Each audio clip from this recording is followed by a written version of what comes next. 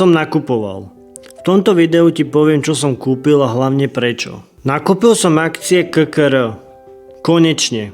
Video o tom, že ju mám na watchliste, je vonku už 42 dní a dnes prišiel deň, keď som konečne otvoril pozíciu.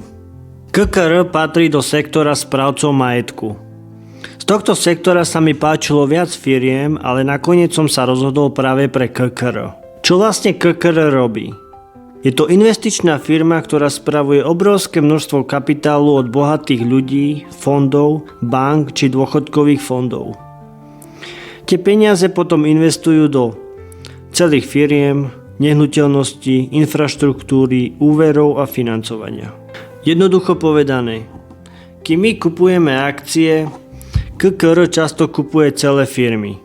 Zlepší jej fungovanie a neskôr ju predá so ziskom. Firma potom zarába nielen na raste investícií, ale aj na pravidelných poplatkoch za správu kapitálu. A prečo som investoval práve do KKR? Prvý dôvod sú insider nákupy. Môžeme vidieť, že na aktuálnej cene $99,57, tak blízko tejto ceny nakupovali insideri akcie. Môžeme to vidieť, že nakupovali akcie aj za $102, aj za 104, aj za $90, aj za $87, $88, aj za $94.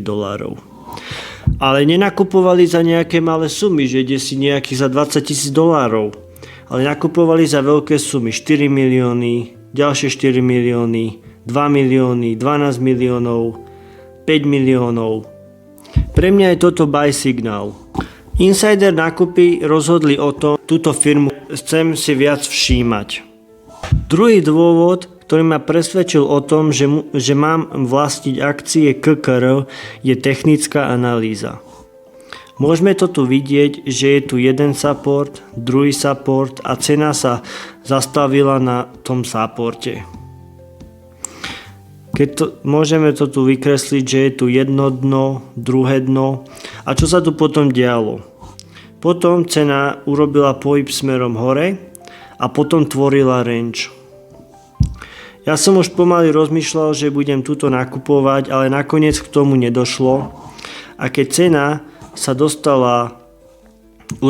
cena urobila ďalší impulzívny pohyb smerom hore, tak som si povedal, že keď sa vytvorí range, tak budem nakupovať. A ten range sa aj stal.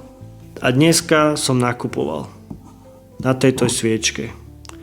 Čakal som, aj tu som čakal, že cena sa dostane naspäť na tento support, na tento odraz a nakoniec sa tak aj stalo.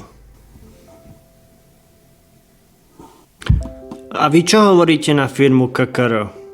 Rozumiem, že KKR nie je žiaden hype, ale akcie sa kupujú, keď nie je hype. S cieľom, že to bude hype. To by bolo všetko. Majte sa.